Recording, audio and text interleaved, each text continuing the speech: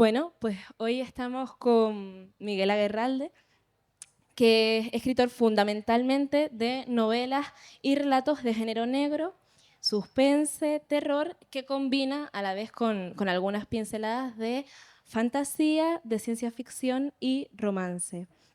También ha cultivado el género infantil y juvenil, publicando sus obras en editoriales canarias, pero también en editoriales a nivel nacional. Miguel, al que describen como uno de los autores de novela negra más leídos de Canarias y uno de los referentes de novela negra del archipiélago, ha participado en algunas ferias del libro más importantes de nuestro país y en festivales del género como la Semana Negra de Gijón, Tenerife Noir, Las Palmas Confidencial, el Festival Agatha Christie de Puerto de la Cruz o Pamplona Negra, entre muchísimos otros.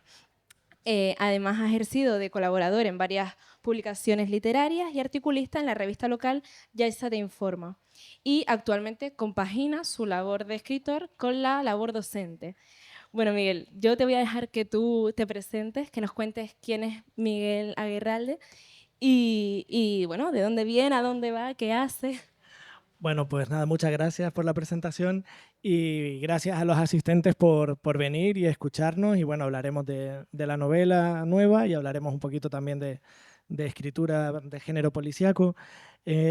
Si me preguntas sobre Miguel Aguerralde como escritor, pues es complicado porque yo normalmente no me identifico con ese papel. Yo soy un profesor, me dedico a dar clases desde hace muchos años y en los ratos libres voy encontrando huequito para intentar escribir. Es verdad que a veces esos ratos libres derivan en buscar más ratos libres y hay otros momentos que de ahí no sale nada, ¿no? Pero sí que es verdad que me identifico más como un profesor que escribe.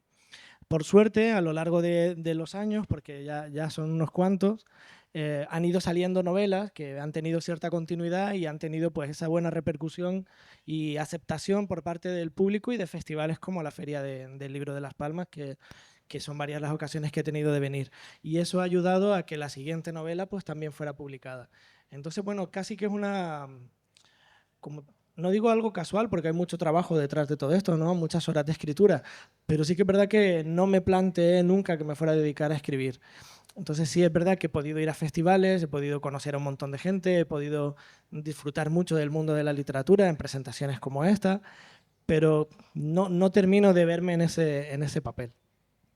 Bueno, yo creo que en cualquier presentación y en cualquier entrevista a un escritor, una de las primeras preguntas que siempre cae es cómo empiezas a escribir, cómo te adentras en la escritura.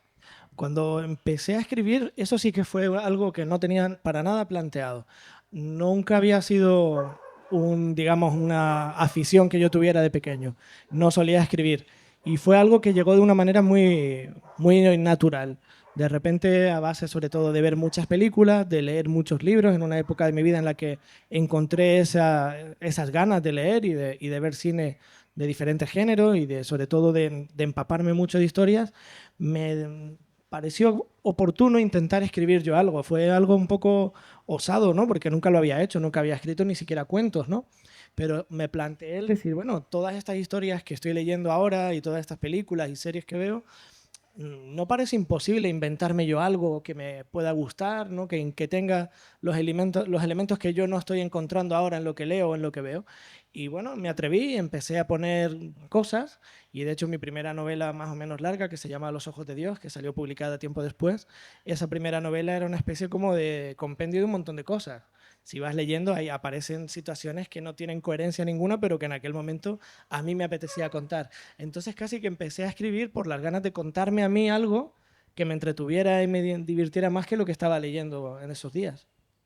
Vale, y bueno, yo que soy muy amante de la poesía, te tengo que preguntar que por qué la narrativa, por qué el relato, por qué la novela.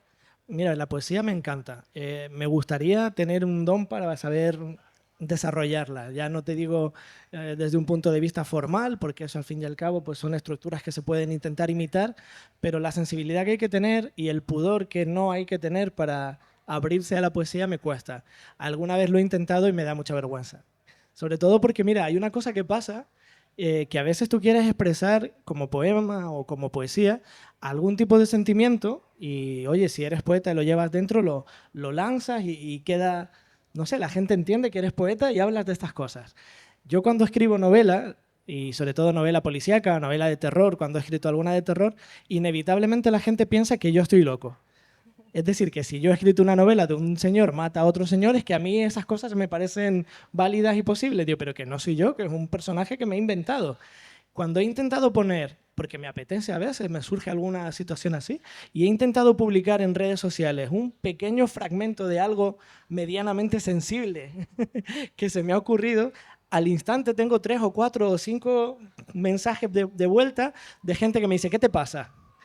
¿Pero qué te ha pasado? ¿Por qué pones esto? ¿Qué quieres decir? Ay, Dios mío, estos mensajes. Yo, que no soy yo. Es que se me ha ocurrido, me parece que suena bien. Entonces, claro, meterme en la poesía me da muchísimo pudor porque digo, es que ponga lo que ponga, se van a pensar que va sobre mí. Y no tengo ganas de que me estén diciendo que si es que estoy así basado. Con la narrativa me pasaba al principio. Y me acuerdo que yo soy profesor, que me preguntaban, sobre todo la gente que me conocía en esos momentos, ¿no? Me decían, pero tú, siendo profesor, ¿cómo escribes estas cosas? Digo, ¿qué tendrá que ver? No soy yo, son personajes que te inventas. Y al final caí en esa narrativa porque me gusta mucho contar historias donde pasen muchas cosas, ¿no? La poesía es un género que me encantaría tocar, pero no me veo cómodo todavía. Bueno, comentaste que comienzas también un poco a partir de las pelis que has visto. ¿Qué influencia tiene el cine en tus obras, en tu manera de escribir? Mira, yo de pequeño sobre todo veía cine y series, ¿no? Y un poquito más adelante lo que utilizaba para matar el tiempo eran más bien videojuegos. Yo a la lectura como un acto rutinario y diario llegué muy tarde. O sea, nunca fui de sentarme a leer todos los días. Leía de forma ocasional, pero bueno, estas personas, porque ahora tampoco, esto que dicen libro 37 del 2024, tengo el reto de llegar a 60 libros. Digo, bueno, yo con que lea, si leo 6 ya, pero esos 6 los quiero disfrutar bien, ¿no?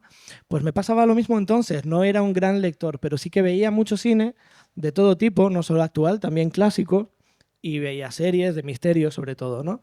Y todo eso, junto con el tiempo que pasé jugando a videojuegos un poquito más mayor, videojuegos donde siempre hay una línea argumental y narrativa importante, eso es de lo que yo me nutrí luego para contar historias. Evidentemente siempre con un contexto lector, o sea, no quiero decir que no haya leído, todo lo contrario, he leído bastante, pero no al nivel que otras personas que conozco se han dedicado a leer. Mi formación es más audiovisual probablemente que literaria, ¿no? Lo que pasa es que con el tiempo sí me he ido formando y leyendo muchísimo más y, bueno, sacando de cada cosa lo que creo que es más importante, ¿no? Pero el cine tiene un peso fundamental en lo que escribo. Yo cuando escribo es como si estuviera trasladando al papel una película que se me ha ocurrido. Yo estoy viendo una película y la traslado al papel. Y de esas obras a las que acudiste ya siendo un poco mayor y conectando un poco más con la literatura, ¿cuáles son las que más te han marcado? En un principio, lo que me abrió digamos, lo que me hizo caer en la cuenta que podía intentar escribir fue la obra de Stephen King. Eso es un cliché que muchos autores de mi generación te van a decir, pero claro, es que en los 80 y en los 90 la producción de Stephen King no solo era mucha, sino muy buena. Ahora me cuesta más leer a Stephen King, pero los libros que yo leí, sobre todo en los 90, cuando ya empezaba a elegir lecturas, eran libros de lo mejor que había sacado Stephen King, con lo cual lo disfruté un montón. A partir de ahí intenté buscar otra serie de obras, ¿no? Obras también españolas, leí bastante los primeros libros de Arturo Pérez Reverte, que son novelas que tienen mucho misterio y mucha aventura, no solamente histórico como quizá ahora. Y empecé a leer también novela negra, leí a Dashiell Hammett, a Ramsey Campbell, por supuesto, leí bastante de Agatha Christie, ya de pequeño había leído a Sherlock Holmes. Entonces, bueno, una formación que tiene mucho que ver con el misterio y que me fue llevando hacia ese género. Vale. Bueno, muchos autores tienen muy claro el género en el que se escriben sus obras. Yo no sé si tú lo tienes más o menos claro, si en cambio tienes más dificultad para ponerle un nombre y una etiqueta a tus novelas. Totalmente. O sea, a mí una cosa que me saca de mis casillas es el tema de las etiquetas. Porque yo no me considero un autor de nada. De hecho, saqué una novela de zombies y ya era autor de zombies. Digo, pero si he sacado 4 novelas anteriores de novela policíaca y no me has considerado autor de novela negra. Pues saqué una de zombies y ya era autor de terror. Luego saqué una juvenil, ya era autor juvenil. Digo, pero ¿y lo anterior? O sale una romántica y... No, yo no me quiero encasillar en ningún género. Es verdad que he trabajado más la novela policíaca porque es la que más me gusta, pero incluso en las novelas infantiles, en las novelas románticas o en las juveniles que he sacado, la base es una novela policíaca igualmente. Es decir, hay un misterio que resolver y a partir de ahí todo lo demás, da igual desde qué punto de vista lo afronte. Hay veces que ese misterio lo resuelvo mediante una trama que tiene mucho que ver con personajes adolescentes, por lo tanto puede ser una novela juvenil. Bueno, a veces esa trama se sitúa en otro lugar en el tiempo, como por ejemplo en Los espectros de Nueva Ámsterdam, que sucede en el futuro. ¿Es ciencia ficción? Bueno, sigue siendo un crimen o un misterio que resolver. Entonces, mi etiqueta sería escritor de misterio. Yo intento que en todas mis novelas el origen de la trama sea un misterio que resolver. Y luego, dependiendo de lo que me apetezca escribir, habrá más de juvenil, habrá más de romance, habrá más de historia o un policíaco puro, como por ejemplo este. Pero las etiquetas muchas veces lo que hacen es, en lugar de facilitar al lector encontrarte, facilita que otros lectores no te encuentren. Y cuando nos sitúan en una estantería concreta, probablemente estamos perdiendo la posibilidad de que otras personas nos descubran, ¿no? Bueno, hoy ha venido a presentarnos El sueño de la libélula. Para los que se estén acercando por primera vez a tu figura y a tu obra, pues puedes contarnos un poquito de qué va esta novela, qué temas abordas. Mira, como te decía, en mi trayectoria siempre he trabajado el misterio desde diferentes puntos de vista, pero nunca había trabajado el misterio desde el punto de vista de una novela clásica. Es decir, en vez de acercarme al thriller o de acercarme al terror, como en otras novelas, lo que he intentado en El sueño de la libélula es ir a un género negro puro. Si nos vamos a las novelas de los años 60, de los años 70, incluso al cine de Scorsese o de Brian De Palma, es una novela de intriga donde tiene mucho de misterio también, tiene mucho de espionaje, mucho de verdad y mentira. Y eso es El sueño de la libélula, una novela donde no sabes lo que está pasando porque el propio protagonista tampoco. Y he intentado mantenerme en esa línea, ¿no? En esa línea de cine negro puro, muy urbano, un cine o una novela muy de calle. ¿Qué sucede? Que a medida que la novela va creciendo, aunque tú lo tengas planificado de determinada manera, te das cuenta que hay personajes a los que le podrías dar un poquito más, o que esta situación se podría, digamos, hacer de otra forma. Y van surgiendo aristas que a lo mejor no estaban pensadas. Entonces, dentro de lo que es la novela negra clásica, con un camino bastante claro que yo tenía previsto de entrada, a medida que avancé en la novela, digamos que los finales fueron llegando, una posibilidad de darle un giro de guión más. Cuando llegaba ahí, pensaba que podía haber otro giro más y entonces me atrevía, ¿no? Y es una novela en la que he experimentado con eso. Al final, al llegar al último punto de la novela, al último párrafo, te das cuenta de que igual que han engañado al protagonista, y si quieres luego comentamos un poco la trama, al lector también, ¿no? Es una novela en la que el propio lector no sabe lo que está pasando porque yo tampoco lo sabía. La, bueno, la carta de presentación de toda novela, evidentemente, es el título. Y yo creo que cuando vemos un título como El sueño de la libélula, nadie puede hacerse una idea de que es una novela policíaca.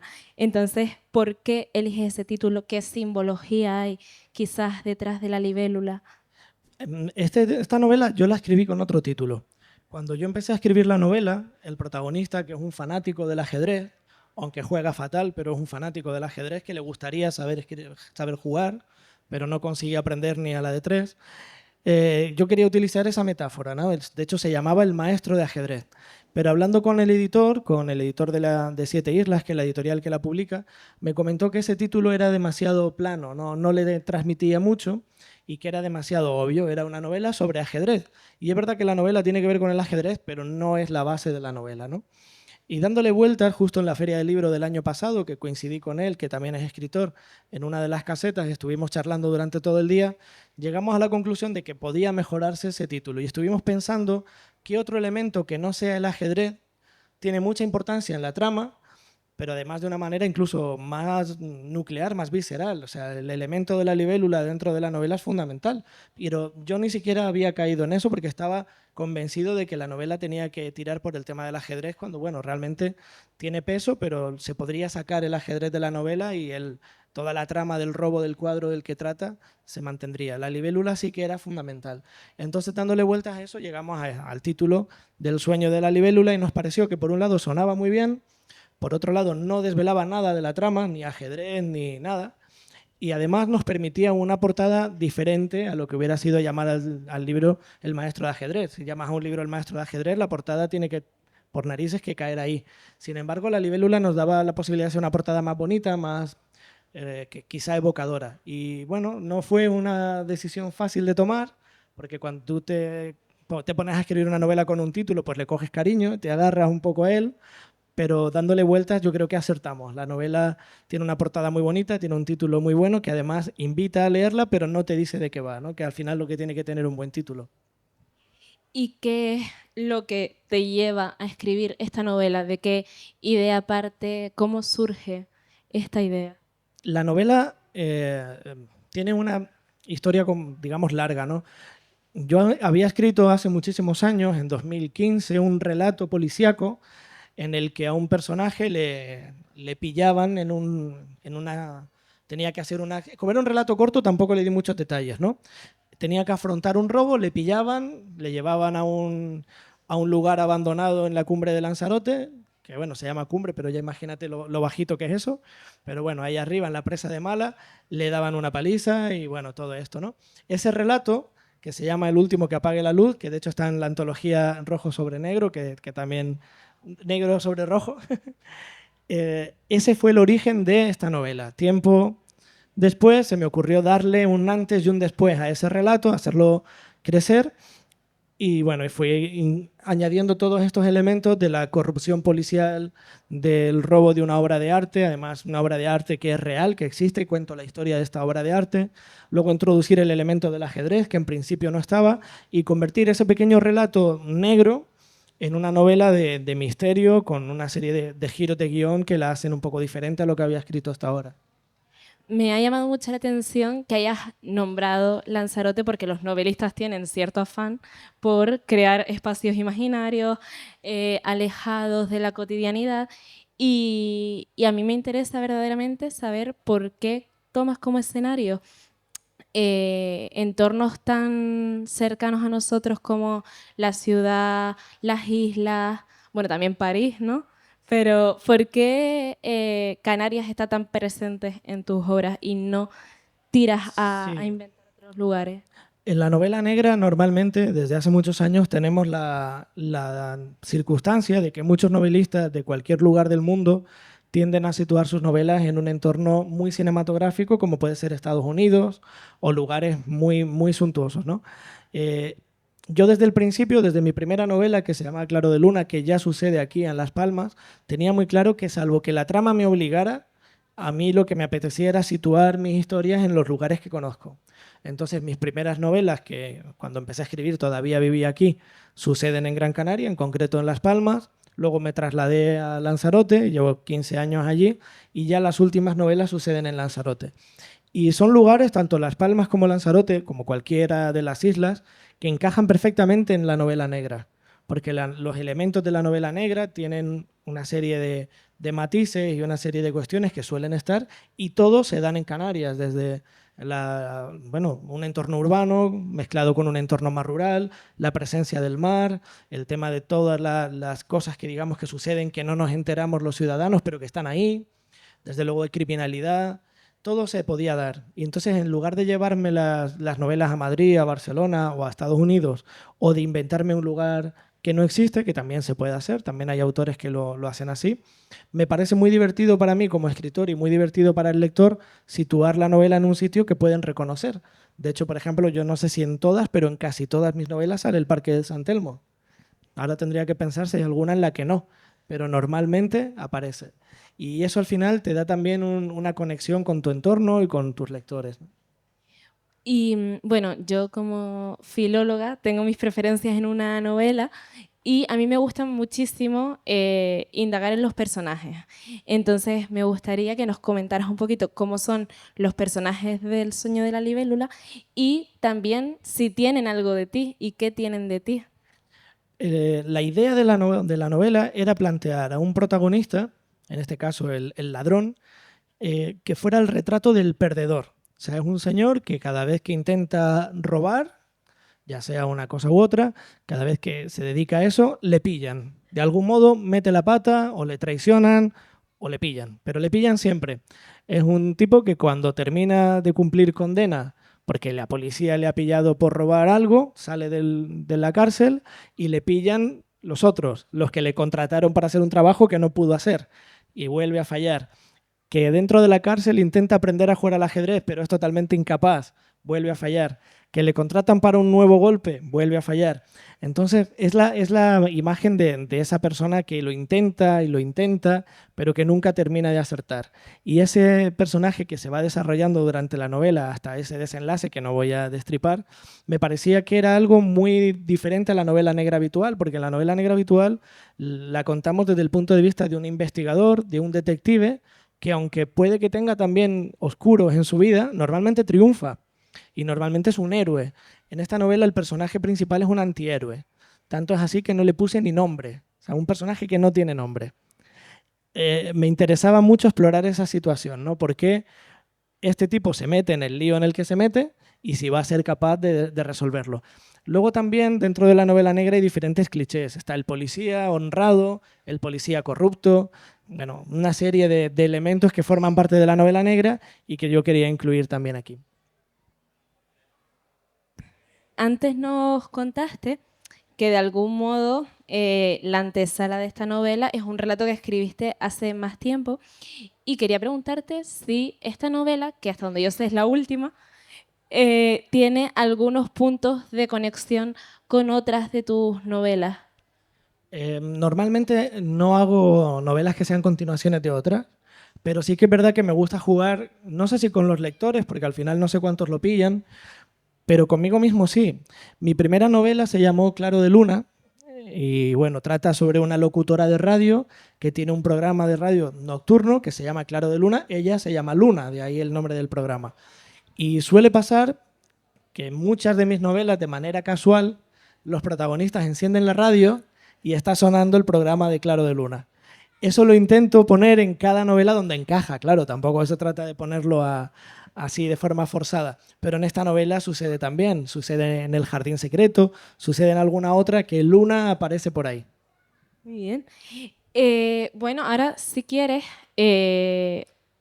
quiero saber un poco cómo es el proceso un poco de creación de una novela de este tipo, porque habitualmente los novelistas tienen dos opciones, o preparar la historia y el desarrollo al detalle, cuidando todos los aspectos y toda su evolución, o dejando que la historia vaya saliendo sola. Pero yo creo que un género como el policíaco, como la novela negra, requiere algún tipo de atención especial, ¿no? Planificar una novela negra a mí me parece más complicado que, por ejemplo, otras que he hecho. Siempre intento planificar porque yo trabajo como profesor, entonces no sé cuándo me voy a poder dedicar tiempo de escribir y prefiero tenerlo más o menos apuntado para que no se me olvide.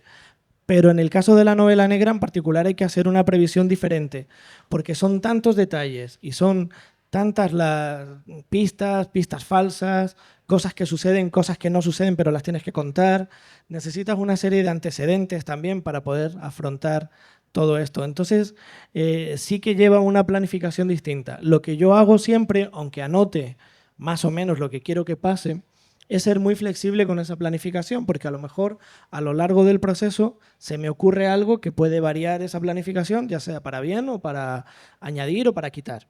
Pero sí que es verdad que necesito tener una idea de lo que voy a hacer, porque además necesito investigar de cierta manera. Por ejemplo, en esta novela, al autor, al protagonista, le contratan para robar un cuadro que es una réplica de un cuadro real. Claro, yo para poder hablar de ese cuadro investigué quién es el autor, por qué pintó lo que pintó, dónde se encuentra ese cuadro, una serie de cosas que luego a lo mejor no salen en la novela, pero que yo lo quería tener claro para luego poderlo utilizar. Me pasa lo mismo con el ajedrez, por ejemplo. Yo no soy muy bueno al ajedrez. Sé jugar, pero no se me da de lujo. Eso me vino muy bien para poner a un personaje que sea muy malo al ajedrez. Pero para poderlo contar, tuve que investigar un poco más, saber más de lo que sabía para poderlo contar, porque el tipo además habla de vez en cuando del ajedrez, no puedo ponerlo con vaguedades o con cosas inventadas, ¿no? Entonces la novela negra tiene tantos matices que suelo investigar, suelo planificar y suelo tener claro más o menos cómo empieza y hacia dónde va. Cuando llegué al final de lo que tenía previsto me di cuenta de que podía seguir, que le podía dar un giro, podía retorcer ese final y que de repente apareciera una situación nueva. Y así lo hice. Me salté un poco mi planificación para continuar. Pero es que cuando terminé ese punto me parecía que podía darle otro giro más. Y al final son 3 o 4 cosas que fui añadiendo, digamos, que creo que mejoran mucho la novela. Y si te ciñes a lo que has planificado desde el principio, todo eso te lo pierdes. Para ir concluyendo, te quiero hacer una pregunta que tiene que caer sí o sí, que es si estás trabajando en algún proyecto ahora mismo, si estás creando cosas nuevas o si estás en un Bueno, momento de descanso, no lo sé. en mi caso es complicado porque tengo muy poco tiempo para escribir por cuestiones de trabajo, pero al mismo tiempo no sé hacer otra cosa que no sea escribir. Es decir, me encanta inventar historias y constantemente estoy planificando, anotando ideas que a lo mejor algún día puedo desarrollar. Afortunadamente ahora mismo hay ya alguna cosa terminada. Para el año que viene se espera, bueno, a final de año saldrá otra novela y si todo sale bien, el año que viene todavía tengo algo más que podré revisar y publicar. A partir de ahí me tendré que plantear material nuevo y no sé hasta qué punto voy a tener tiempo, pero bueno, se intentará. Pero siempre, siempre hay algo, sí. Y pues yo como joven te quiero preguntar qué consejo darías tú a esa gente que se está adentrando ahora en el mundo de la escritura, que está empezando a escribir, si quieres más concretamente el género negro. Bueno, el consejo que doy también en el instituto y en los talleres de escritura que doy, porque hoy en día tendemos a intentar que todo salga rápido y no hace falta. Es decir, ya no solo que no hay nada rápido que salga bien, sino que una vez terminas todo el proceso divertido de escribir, de planificar, de todo esto, y una vez la novela se ha publicado, ya está. Es decir, ya no vas a poder volver a ese mundo, a esos personajes. Entonces realmente yo no creo que haya necesidad de correr. El consejo que doy siempre es que disfruten del proceso, que tomen notas, que apunten lo que quieran contar, que planifiquen, deshagan la planificación y la vuelvan a hacer, que añadan, que quiten, que disfruten de ese proceso. A mí cuando me preguntan cuánto tiempo se tarda en escribir una novela, pues todo el que pueda. Cuanto más mejor, porque cuanto más tiempo le dediques no solo lo vas a disfrutar más, sino que seguramente te va a quedar mejor y que luego una vez la publicas y llega a las estanterías es una novela más. Ahora aquí en la Feria del Libro lo podemos ver, no sé cuántos títulos de novela negra puede haber a la venta. Y El sueño de la libélula ha pasado de ser lo más importante en mi vida mientras lo estaba escribiendo a ser una novela que vengo a presentar y que está en las casetas, pero donde yo ya no tengo mucho más que hacer. Ya es una novela que le pertenece al público. Y muchas veces te planteas, ¿cómo me hubiera gustado seguir? Y muchas veces la gente joven lo que quiere es terminar, bueno, quiere que se escriba sola prácticamente, que en un mes, 2 meses la novela esté terminada, se revise rápido o ni se revise, la mandes a editar, te la publiquen, te la pongan a la venta, se venda, se presente y la hagan película. Entonces, vamos a ir por partes, realmente no hay ninguna prisa, hay muchísimos libros por leer, disfruta del que tú estás escribiendo, que ya habrá tiempo de terminarlo, ¿no? Y eso me parece que es algo que se está perdiendo. La gente que empieza ahora quiere todo rápido y eso es una pena, ¿no? Muy bien. Pues no sé si alguien del público quiere intervenir, quiere hacerle alguna pregunta al autor. Bueno, bueno, Gracias. pues nada, Miguel, muchísimas gracias por estar aquí. Y bueno, ahora va a estar en un ratito en la carpa de firmas. Y para quien no tenga ya su ejemplar del Sueño de la Libélula y quiera adquirirlo, está en las librerías de por aquí. Así que nada, muchísimas gracias. Un Muchas aplauso, por gracias a favor. ti. Gracias.